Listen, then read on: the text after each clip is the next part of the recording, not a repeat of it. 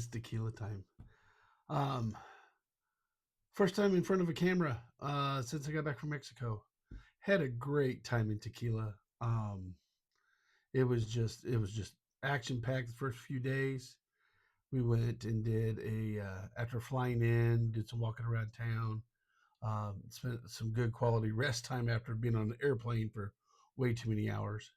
Um, at Casa Salas, the boutique hotel there next to El Tequilino, and had some good tequila that night, and got up the next morning and walked into town, had some breakfast, and walked around the square and bought a cantarito, and then we walked back and made a wrong turn and walked a couple miles out the wrong way and turned around, and finally it was like, hey, my sister and my brother-in-law, we want to go back and change shoes, we want to do I said, you guys go, I gotta go figure out what gate we gotta get in to go do our tour at Fortaleza. And so did that, and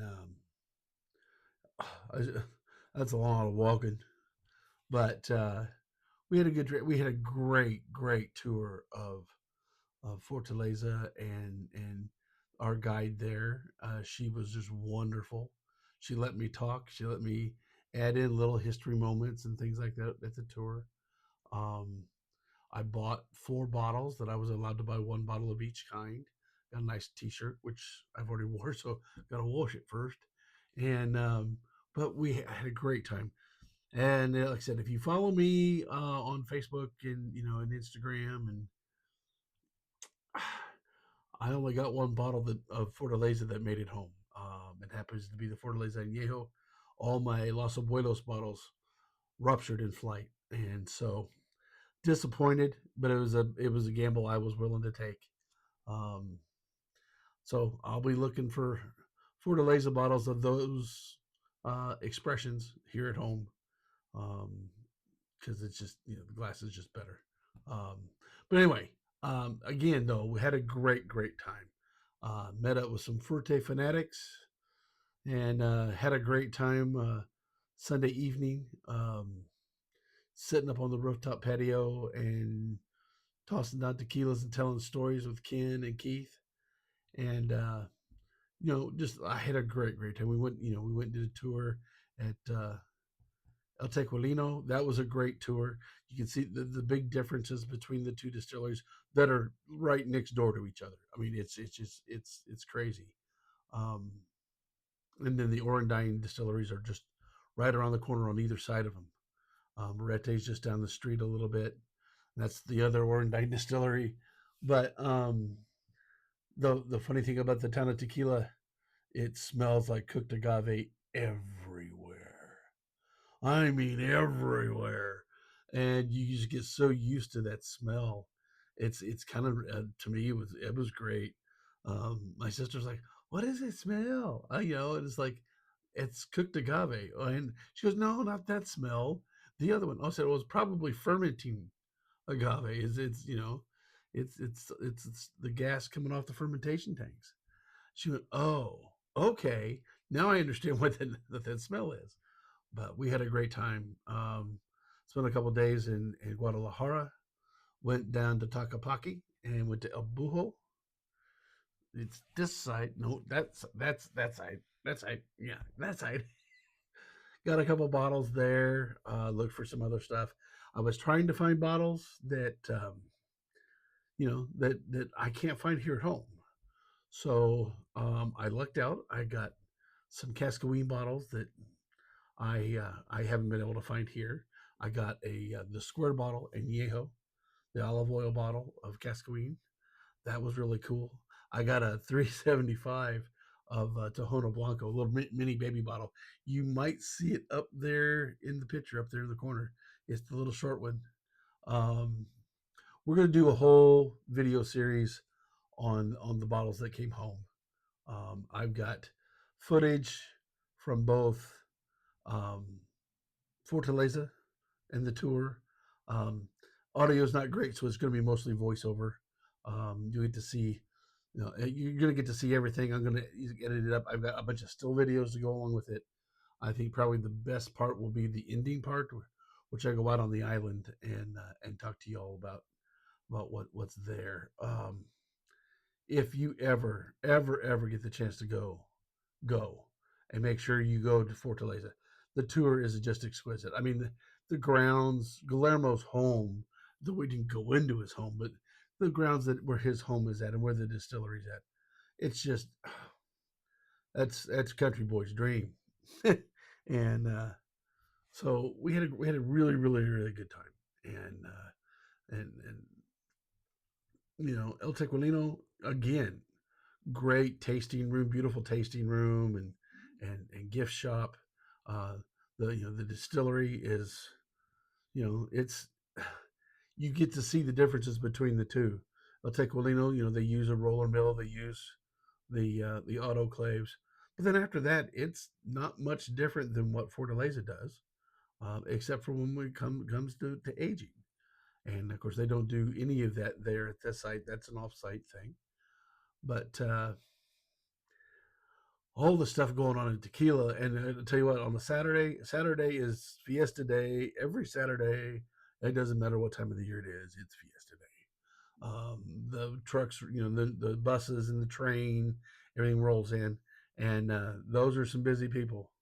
Um, you would be surprised of the dump trucks full of harvested agave, and then hours later you start seeing, as they take the cooked agave out of the autoclaves and the ovens, and all the used bagasso that ends up back in the dump truck to go out, for compost.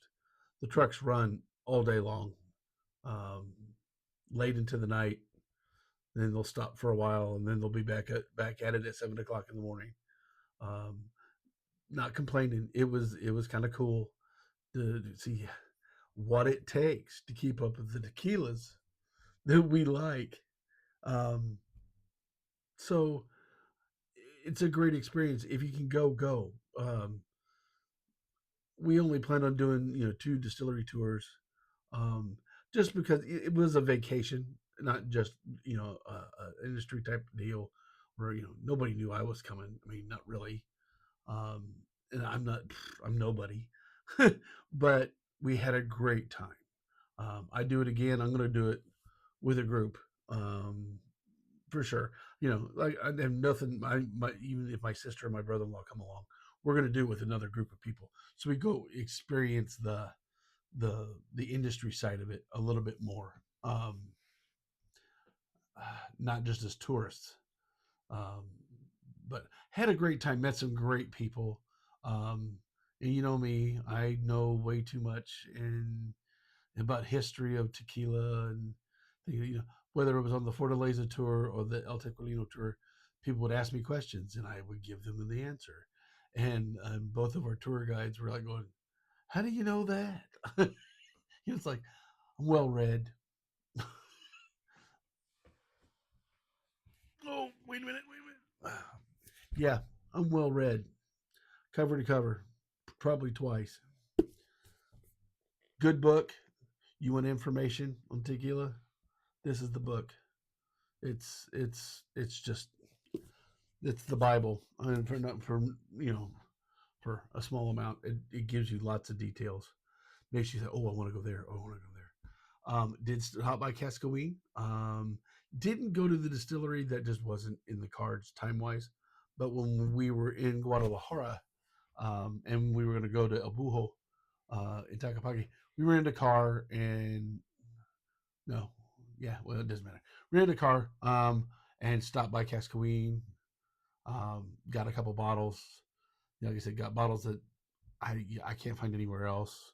Stopped by a liquor store there in Guadalajara. Found another bottle. I can't find it home. When we went to El Bujo, I'd already bought some of the bottles that they had. I could already had some of the bottles that they have there. I got a couple of things that I had seen reviews on, that I don't see in the Kansas City area, so I bought a couple of those. Um, 3030's, very not very distributed here in town, so I wanted to pick something.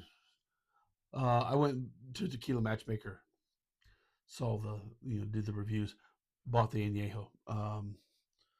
I know that my friend Mary Carmen, she pushes 3030 pretty good.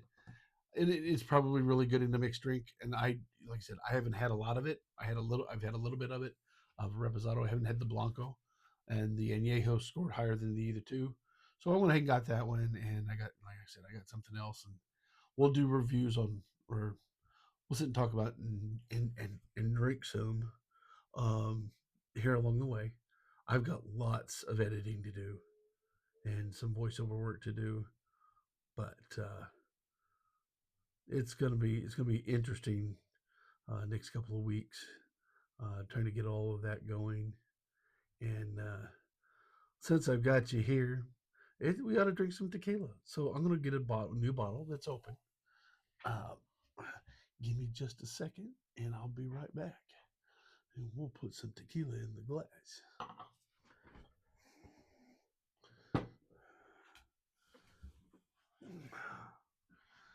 So, like I said, just it was a great trip, and so we got the bottle of Cascahuin XA. This is Mexican bottle, but it's at 43%. So this is the same strength we get here at home, except I can't find Cascahuin Extra Añejo. I can't find Cascahuin Reposado in this bottle with that similar label. Um, Bottles of that never make it to Kansas City. I can get Plata 48. I can get Tohono Blanco. I can get the olive oil Blanco bottle, the original Cascahuin. I can get the Cascahuin Reposado pretty regularly. That's it. That's it. That's all there is. And occasionally we'll get those limited release bottles, the SVDs. I got one. I've had two of those so far, but those are special release, and I just happen to be in the right place at the right time. So, but to a beautiful, beautiful glass of extra añejo. Oh, making my mouth water. But I love, like I said, I had a great, great time. Tour guides on both of the distillery tours were great. Eric and my little gal over at Fortaleza. She and I became friends on Facebook, and been sending stuff back and forth. So hopefully she'll get a chance to look at this after I post it. Um, she was just very accommodating to me because it's like I told her this is my first time here. She goes, I really think you've been here before. I'm like, no, this is my first time. I said, I've been on this tour probably 20 times on my computer and on my phone, and I said, and of course in the book, but I said, do you actually get the actual scale and where everything's actually located? You don't get that out of a video. You don't, no matter how well it's edited or how full it is, you don't realize that where the gift shops at, the offices are at, there's nothing else there. They store the trucks there. It's a storage yard. It's nice, but it's not where you have to go over to the villa to get to the distillery, to get to the bottling plant. All of that, and where they make the toppers and everything. Um, that's all over, and that's all over in the villa and the cave, and had a great time in the cave. Really, really, really did. All the people that we did the tour with were great. Lots of good questions. And if our guide couldn't answer it, I probably did. So they're like, "Well, what are you doing here?" And I was joking. I said, "Well, I'm kind of applying for a job." Oh, I'm just too well informed. But so to Mexico, salute.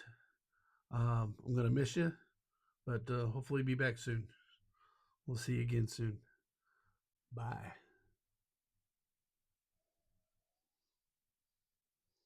Mm.